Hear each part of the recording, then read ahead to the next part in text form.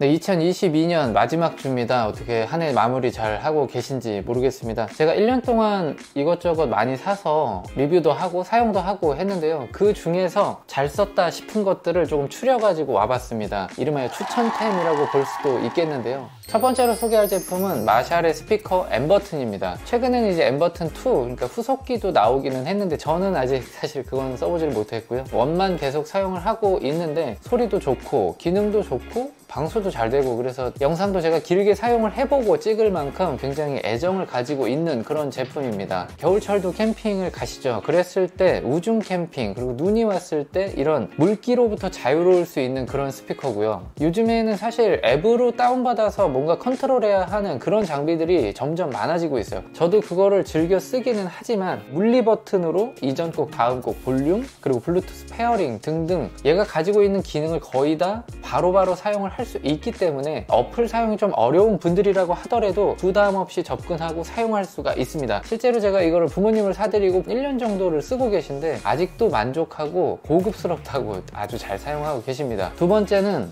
LG의 실수? LG가 만들면 항상 좀 뭔가 아쉽다라고 생각하는 게 이제 제 머릿속에 좀 있었거든요. 물론 가전을 제외하고요. 핸드폰, 뭐 태블릿, 코드리스 이런 것들은 제가 크게 만족을 한 적이 없었는데 얘는 제가 너무 만족해가지고 주변에도 많이 홍보를 했고, 제 리뷰도 보시면 도장 깨기처럼 한 명씩 갖다 놓고 1:1 비교도 좀 해드렸어요. 물론 이제 모든 면에서 압도하는 건 아니에요. 자, 그런데 전반적으로 총점을 매겼을 때는 UT90Q만한 제품이 없지 않나. 이런 바이러스 시대에 UV 살균도 되고 플러그인 와이어리스도 되고요. 주변에서 평가를 받을 때는 이 디자인을 또 좋아하시는 분들도 꽤 있더라고요. 그리고 가장 중요한 소리 자체가 계속 듣고 있다 보면 이 메리디안 사운드의 그 편안함과 풍성한 저음이 뭐 제나이저, 보스, 여타 다른 코드리스를 갖다 붙여놔도 소리로 밀린다라는 생각이 들지는 않았습니다. 올해 제가 구매한 코드리스들입니다. 디자인이 예쁘기도 하고 애플과의 연동성, 삼성과의 연동성, 그리고 노이즈 캔슬링의 끝판왕, 총점 기준으로 가격까지 고려를 했을 때 이 중에 딱 하나만 사야 된다라고 한다면 저는 UT90Q를 살 것 같아요. 세 번째 제품은 지금 제가 차고 있는 애플워치 울트라입니다. 사실은 제가 이 제품을 구매할까라는 고민을 굉장히 길게 했었어요. 내가 운동을 할 것도 아닌데 저걸 사야 되나? 라는 생각을 했단 말이죠. 그런데 보면 볼수록 그냥 디자인 하나만으로도 끌리더라고요. 애플워치 같은 경우가 구형 모델이 쭉 같은 디자인이었어요. 약간 디테일한 것들은 달라졌지만 딱 봤을 때 신형이다 라는 느낌이 없었는데 애플워치 울트라 같은 경우는 딱 보면 신형임을 알게 됐죠. 그리고 사이즈가 많이 커지면서 시원시원하게 보여지는 이 디스플레이의 만족감도 생각보다 컸어요. 스트랩도 다양하게 좀 출시가 되면서 이 줄질을 하는 맛도 좀 있었던 것 같고요. 또 하나,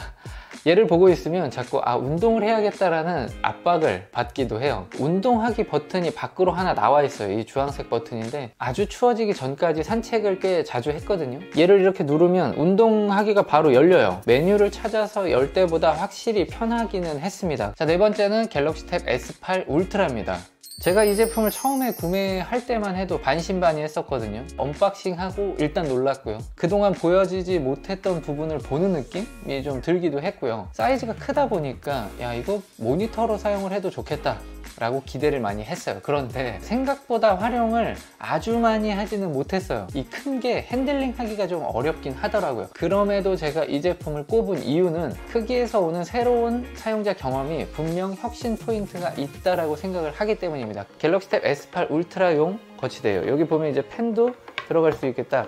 자석식으로 거치가 돼요. 자세한 리뷰는 제가 지금 준비를 하고 있으니까 조만간 보여드릴 건데요. 영혼의 짝을 만난 것 같은 그런 느낌? 인테리어적으로도 굉장히 좀 예쁘지 않나요? 여기 사과 마크 하나 갖다 붙여놓으면 아이맥인가 싶을 정도로 이렇게 놓고 키보드 하나, 마우스 하나 놓고 쓰면 일체형 PC처럼 느껴지더라고요. 그래서 문서 작업이나 제가 다른 기타 PC에서 하던 작업들을 지금 여기서 테스트를 하고 있는데 덱스 모드까지 들어가고 나니까 진짜 그냥 유사 PC다 라는 생각이 들었어요. 그리고 사이즈가 지금 14인치대 태블릿이기 때문에 보조 모니터로 활용을 하기에도 아주 훌륭한 사이즈고요. 윈도우하고 요즘에 이제 미러링도 되고 모니터 확장도 되기 때문에 다양하게 활용을 해보실 수 있을 거라고 생각합니다. 다섯 번째는 바로 맥세이프 카드 지갑 중에 케이스티파이 제품이에요. 정품 카드 지갑을 제가 리뷰를 많이 했고 나오자마자 쭉 지금 몇 년째 사용을 하고 있었는데 좋은데 불편했어요. 일단 교통카드가 안 찍히고 회사에서 아이디카드도 안 찍히기 때문에 카드를 빼서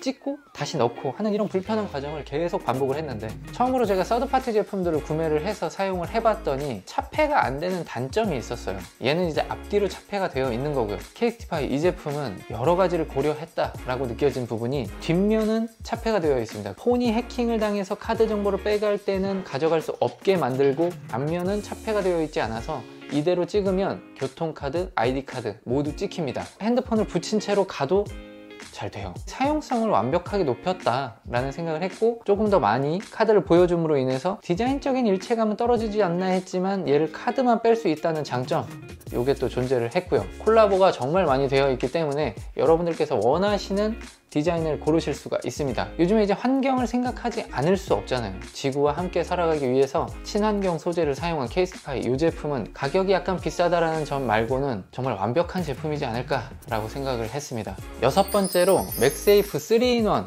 충전기 및 거치대예요. 3-in-1이 뭐냐? 폰과 워치와 그리고 이어폰을 한 번에 충전할 수 있는 그런 거치대라는 의미입니다. 제가 지금 두 가지 제품을 놓고 있는데요. 한 가지는 MFM 인증을 받은 제품이고, 한 가지는 KC 인증만 받은 제품이에요. 그리고 애플워치 고속 충전이 되고, 이 친구는 고속 충전이 되지 않습니다. 여러분들께서 어떤 제품 라인업을 가지고 계신지에 따라서 선택을 하시는 게 맞다고 봅니다. 배터리 용량이 크고 고속 충전을 지원하는 모델을 사용하고 계신다면 조금 비싸더라도 MFM 인증을 받고 고속 충전을 지원하는 이 제품을 구매하시는 게 저는 맞다고 생각하고요. 고속 충전을 지원하지 않는 제품을 사용하시고, 상대적으로 가지고 계신 제품의 라인업이 가성비 제품들이라고 하면 굳이 막 20만 원이 넘어가는 이 제품을 구매할 이유가 저는 없다고 생각을 해요. 얘도 KC 인증을 받았기 때문에 막 불이 나거나 하진 않거든요. 정말 편리하게 가성비 세트를 구성할 수도 있다는 생각입니다. 기기들이 많아지면서 충전기를 1:1 매칭을 하면 책상이 아주 너저분해져요. 애플 기기 같은 경우는 뭔가 깔끔함, 정리가 잘 돼 있음, 이런 게 매력인데 3-in-1 거치대를 한번 사용을 해보시면 정리가 그냥 자동으로 된다는 걸 느끼실 거예요. 자석으로 거치하는 방식이기 때문에 뭔가 뒤에 끈끈이가 남지도 않아요. 착 붙이고 충전이 그대로 또 되고, 완충이 되면 그냥 떼서 가지고 나가시면 돼요. 자, 이게 정말 써보시면 맥세이프도 매력적인데, 맥세이프를 이렇게 활용을 하니까 정말 좋구나 라는 생각을 하실 겁니다. 자, 마지막으로 소개할 제품은 갤럭시 북2 프로 13.3인치 제품이에요. 제가 가지고 있는 거는 i5 탑재한 모델이고요. 프리도스로 구매를 했습니다. 이 제품 같은 경우는 제가 리뷰를 찍어 놓고 편집하는 과정에서 약간 누락이 된 그런 비운의 제품인데요. 제가 처음으로 삼성 노트북을 구매한 다음에 만족감을 느꼈던 그런 제품입니다. 성능적으로도 뭐 크게 부족하진 않지만 가장 큰 장점, 제가 이렇게 한 손으로 들고 핸들링을 할 수 있을 정도로 유사 태블릿 정도의 무게를 자랑을 하거든요. 어떻게 보면 태블릿에 케이스를 끼운 것보다 가볍다라고 느껴져요. 0.87kg, 그러니까 870g으로 나오거든요. 정말 가벼워요. 너무 가볍다 보니까 이동이 많으신 분들이라고 하면 이 제품 선택을 많이 하시더라고요. 저도 장거리를 가거나 가방에 이것저것 넣어야 되는 상황이 온다면 어김없이 이 제품을 가방에 넣게 되더라고요. 아무리 성능이 좋은 뭐 게이밍 PC, 맥북 이런 것들이 있어도 무겁다 보니까 손이 안 가는데, 얘는 부담 없이 선택을 할 수가 있었고요. 이 제품과 뭐 아이패드 미니 이 정도 가지고 다니면 필기도 적당히 할 수 있고, 윈도우 기반에서 생산성 활동도 할 수 있고. 자, 그리고 이 제품을 제 주변에 지인들도 많이 사용을 해서 물어봤어요. 그분들이 이제 이동하면서 글을 쓰는 분들이거든요. 가볍잖아요. 바로 나오더라고요. 1초의 고민도 없이. 심지어 디자인도 삼성답지 않게 예쁘다는 생각을 합니다. 이게 삼성답지 않게 라는 표현이 제 고정관념일 수도 있는데요. 삼성 제품을 사실 디자인으로 산다? 플립 3 때 처음 경험을 하긴 했지만, 노트북은 제가 진짜 그런 적이 없었거든요. 맥북 말고는 노트북 보면서 예쁘다 라는 생각을 한 적이 없는데, 저뿐 아니라 주변에 있는 지인들도 예쁜데? 라는 반응이 계속 이어졌어요. 이걸 보는 사람마다 그 얘기를 하더라고요. 네, 오늘은 2022년 제가 추천할 수 있는 아이템들 7가지를 소개를 해드렸어요. 2023년에도 더 좋은 영상으로 찾아뵙도록 하겠습니다. 감사합니다.